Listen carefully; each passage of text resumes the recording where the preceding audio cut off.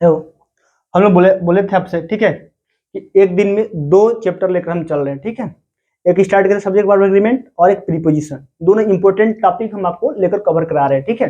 तो इसलिए कर रहे हैं दो एक दिन में कि जो भी आपका आगामी एग्जाम है, ठीक है, वो में उसमें आप अपने आप को कॉन्फिडेंस लेवल को बढ़ाएं, ठीक है। आप में कॉन्फिडेंस आए कि हम चैप्टर जो है पढ़ लिए हैं, ठीक है। तो बाबू हम प्रीपोजिशन का सेकेंड पार्ट आज स्टार्ट करने जा रहे हैं। इसमें फर्स्ट लेक्चर में आपको हम इनटू पढ़ाए थे और इनटू का पहला प्रयोग पढ़ाए थे, और हम आज उसी के आगे इनटू का सेकेंड रूल आपको बताने जा रहा हूं। सेकेंड रूल कहे तो इसका प्रयोग होता है from one state to the other, मतलब एक अवस्था से दूसरी अवस्था, एक अवस्था से एक अवस्था से दूसरी अवस्था, एक अवस्था से दूसरी अवस्था, from one state to the other, एक अवस्था से दूसरी अवस्था, ठीक है, एक अवस्था से दूसरी अवस्था, ठीक है। तो आइए बाबू, मिल्क टर्न्स कर्ड, या हम लिख सकते हैं वो कि the milk which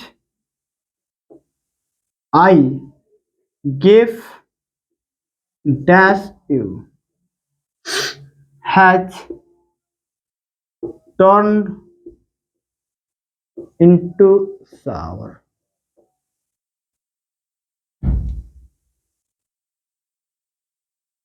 Water turns ice. 4 number बाबू, चलो translate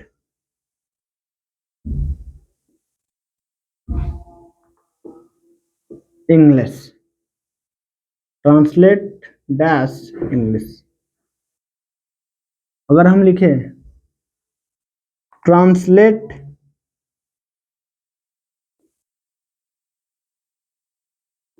this passage, translate this passage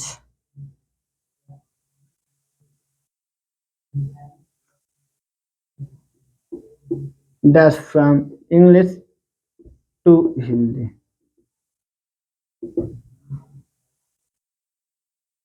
हे बाबू, after taking admission, after taking admission at KK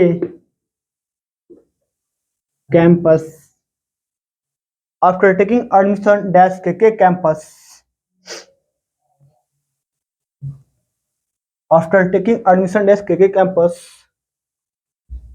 has turned dash excellent students. ध्यान दीजिएगा, ध्यान दीजिए, है ना, और बात को समझिएगा। बोला गया है बाबू कि इनटू का प्रयोग, किसका प्रयोग, इनटू का प्रयोग हम बताए थे। पहला था कि इनसाइड विद मोशन, मतलब अंदर की तरफ गति से, पढ़ लीजिएगा, ठीक है। उसके बाद दूसरा है इनटू का प्रयोग बाबू, कि इनटू का प्रयोग दूसरा ये बोलता है कि from one state to other, एक अवस्था से दूसरी अवस्था जब होगी तो वहां पर किसका प्रयोग करना है, इनटू का। किसका, वो इनटू का। देखिए, मिल्क टर्न्स डैश कर्ड, भाई मिल्क एक अपनी अवस्था है, मिल्क जब दूध में दही में बदल जाएगा, कर्ड बनेगा, दूसरी अवस्था, तो मिल्क टर्न्स इनटू कर्ड, मतलब दूध दही में बदलता है। तो बोला गया कि एक अवस्था से दूसरी अवस्था में जब परिवर्तन होगा तो आप किस प्रीपोजिशन का प्रयोग करेंगे, इनटू का। तब मिल्क किसमें बदल गया, दही में, तो एक मिल्क अपनी अवस्था से दूसरी अवस्था में बदल गया, तो प्रीपोजिशन किसका प्रयोग हुआ, इनटू का। एक हम बात आपको पहले बताए थे, preposition, pre plus position, pre मतलब पहले, पोजिशन मतलब नाउन या प्रनाउन। प्रीपोजिशन का प्रयोग नाउन और प्रनाउन के पहले होता है, न कि किसी एडजेक्टिव के पहले होगा। आइए देखते हैं, the milk which I gave dash you has turned dash sour, एकदमिक दूध, विच जो आई गेव मैंने दिया था, यू आपको, है turn into shower, turn into shower जैसे लिखोगे क्योंकि आपका ताकत बन गया। अच्छा, टर्न्स इनटू क्या हो जाएगा दिक्कत, तो बात को समझिए। देखिए बाबू, जो भी कोई गुण बताता है, किसी की क्वालिटी बताता है, वो आपका एडजेक्टिव होता है, ठीक है। और हम पहले ही पढ़े हैं, डिफिनेशन में ही पढ़े हैं, जानते हैं कि जब भी आपका नाउन और प्रोनाउन के पहले ही प्रीपोजिशन का प्रयोग करते हैं, न कि किसी एडजेक्टिव के पहले हम प्रीपोजिशन का प्रयोग करेंगे। तो आप ध्यान रखें। और जो कोई भी वर्ड जो क्वालिटी बताएगा किसी भी चीज का, वो आपका एडजेक्टिव होगा। जैसे आम हरा है, तो आम कैसा है, कि क्वालिटी क्या बता रहा है, हरा, तो हरा क्या हो जाएगा, एडजेक्टिव हो जाएगा। उसी तरह से दूध क्या हो गया, खट्टा, तो खट्टा क्या है, एडजेक्टिव है। और प्रीपोजिशन का प्रयोग एडजेक्टिव के पहले हम कभी नहीं करेंगे, ठीक है। प्रीपोजिशन का प्रयोग हम एडजेक्टिव के पहले कभी नहीं करेंगे। यदि आपका नाउन होता या प्रोनाउन होता तो जरूर होता, ठीक है।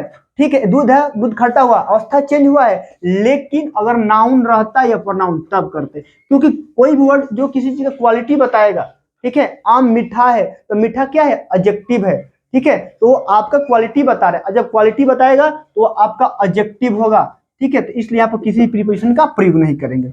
अब बोले बाबू यहाँ पर कि आई गिव डैश यू, तो आप जानते हैं कि गिव लेगा टू आ जाएगा, ये कंडीशन है। तो जब give plus person plus thing, ध्यान से समझिए बात को, give plus person plus thing, अगर यही बात ये घुमाकर पूछे, give plus think plus two plus person, ऐसे होता है, इस बात को समझिए बाबू। गिव के बाद यदि तुरंत पर्सन आ जाए, यदि गिव के बाद तुरंत पर्सन आ जाए, तो इन दोनों के बीच में किसी का प्रयोग नहीं होगा, किसी भी प्रीपोजिशन का प्रयोग नहीं होगा। हाँ, गिव के बाद कोई थिंक आया हो, उसके बाद पर्सन की बात होगा, तब टू का प्रयोग। इस एग्जाम्पल में जैसे गिव राम डैश,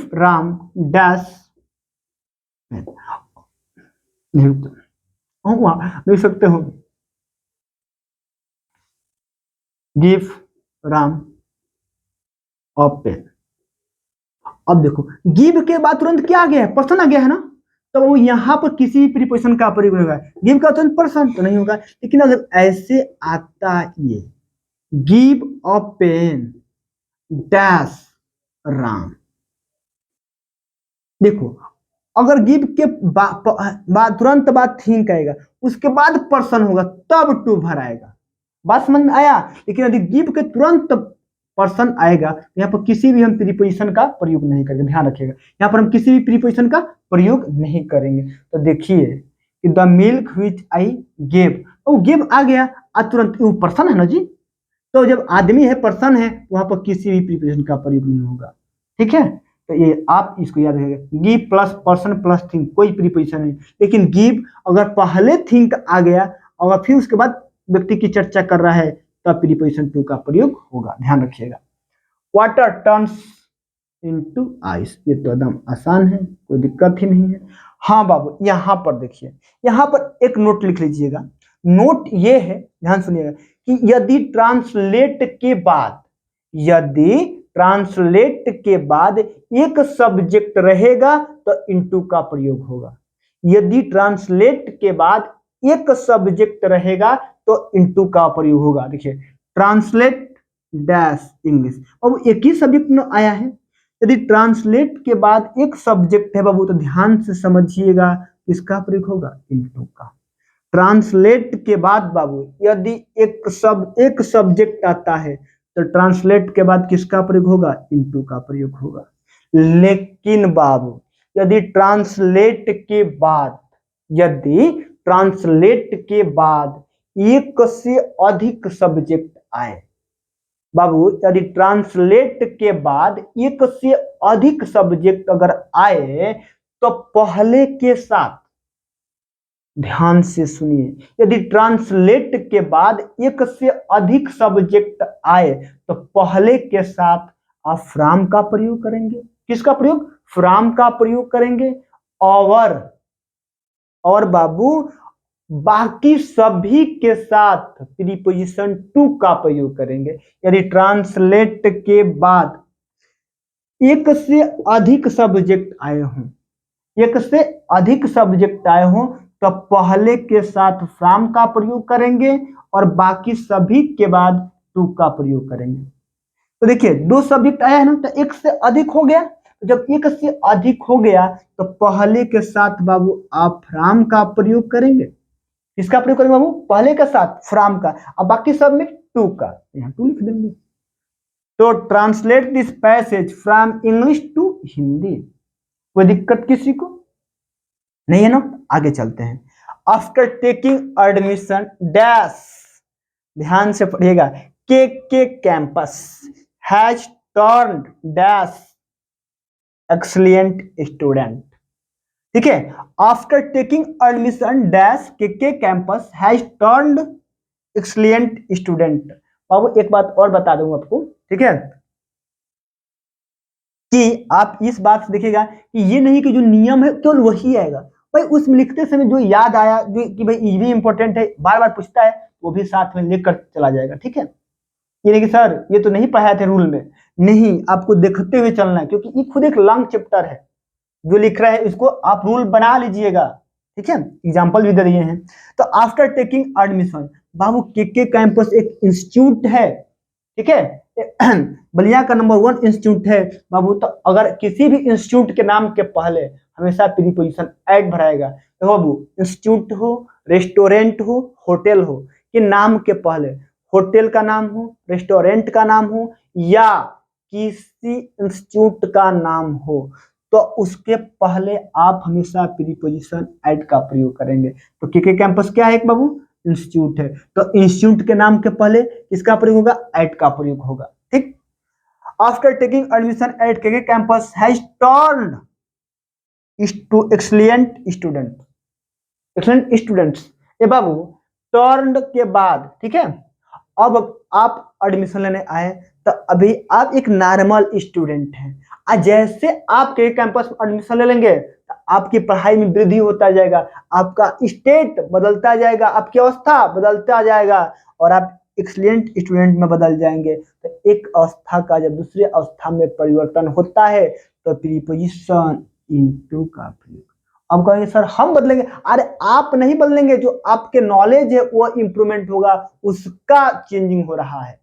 ये थोड़ा सा कॉमन सेंस है, तो अब ये समझ में आएगा। तो यहां तक ये हो जाएगा। तो ये हम प्रीपोजिशन का पार्ट 2 यानी इनटू भी कंप्लीट हो गया। अगले लेक्चर में हम लोग अगला प्रीपोजिशन पढ़ेंगे। और देखिए ध्यान से पढ़िए और बढ़िया से पढ़िए, ठीक है। बस अगर कोई दिक्कत है तो आप बताइए कमेंट के माध्यम से, ठीक है। बस जय हिंद, जय भारत, और आप अच्छे से पढ़िए।